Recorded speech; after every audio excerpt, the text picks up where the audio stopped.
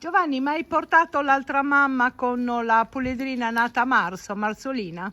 Sì, Ma non è pericoloso? Non è che si combattono fra loro due? no, assolutamente. Loro provengono dallo stesso gruppo e sono però separate dal resto del branco ormai circa 3 mesi. Adesso loro si incontrano, si annusano e dopodiché ognuna deve badare al proprio redo. Tanto i redi non sono mica stupidi che si confondono le madri una con l'altra.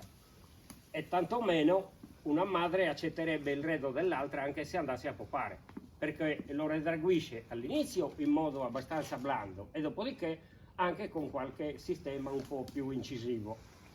Però si mantengono distanti, Giovanni. Probabilmente Musita non è contenta di avere la... Allora ricordate che più è giovane il redo e più titubanti sono le madri a mettersi in situazioni di pericolo.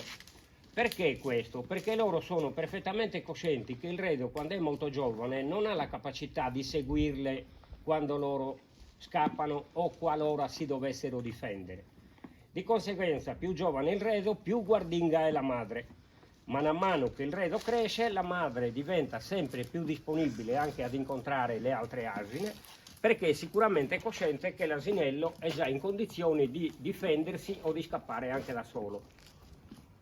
In questo caso, come stavamo dicendo prima, abbiamo 4 mantellazioni diverse, sempre all'interno dell'asino sardo tipico. Guarda che belli adesso che si stanno guardando. Adesso vedete che piano piano loro si avvicinano perché devono fare delle presentazioni.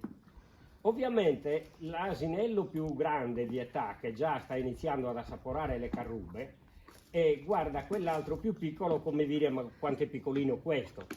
E Tu parli, scusami Giovanni, tu parli di Marzolina, questa qui Sì, che abbiamo di Marzolina fronte. che abbiamo qua di fronte. Quanto ha? Allora, Marzolina in questo momento ha esattamente 30 giorni, scusatemi, 25 giorni. A 25 giorni, guardate il gioco dei neuroni a specchio, sta già imitando la madre nel mangiare le carrube, anche se lei in questo momento non ha ancora la dentizione completamente atta a masticare delle cose così dure. Però lei ne sente già il sapore con la lingua ed essendo le carrube molto dolci, ricordate che il dolce piace a tutti i mammiferi, ma in modo particolare agli equidi, asini e cavalli compresi.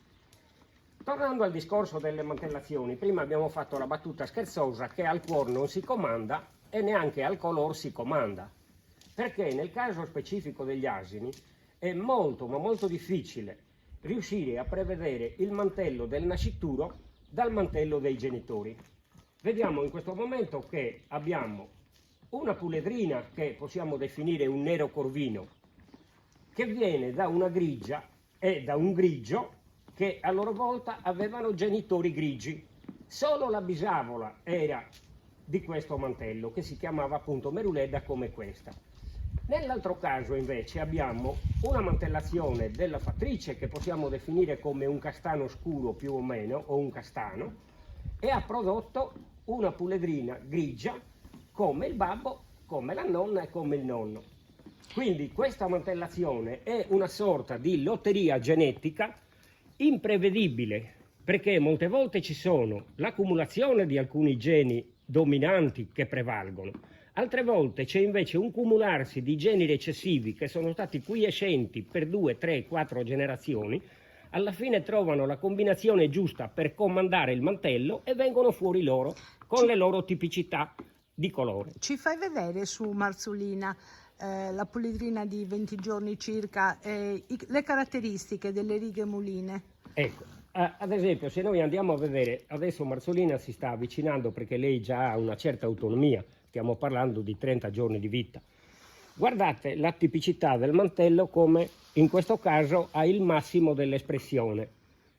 Vedete, sta già cercando di masticare le carrube, anche se poi non ci riesce perché la dentatura non è ancora atta ai cibi, diciamo, di una certa durezza. Si fa avvicinare così ci indichi le righe. Sì, adesso cosiddette. La cagna, Giovanni, è quella che ha fatto tanti cuccioli. Sì, questa è una pastore fornese di seconda generazione che ormai è diventata la padrona dell'areale di casa.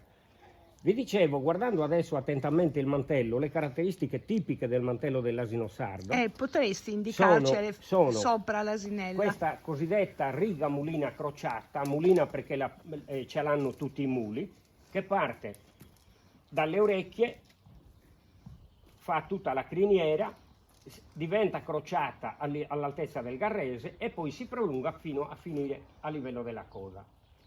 Altra caratteristica è la parte ventrale del mantello, che ordinariamente insieme al piatto delle cosce è molto più chiara del mantello, quindi qua abbiamo quasi un bianco. L'altra cosa caratteristica sono l'orlatura scura a livello delle orecchie, più il grigio è chiaro e più questa orlatura in genere è marcata. Dopodiché abbiamo questi tratteggi, che sono in pratica delle zebrature a livello degli arti anteriori, che sono a livello dello stinco e a livello dell'avambraccio. Scusa Ovviamente, Giovanni, scusa, ma Marzolina non è confidente?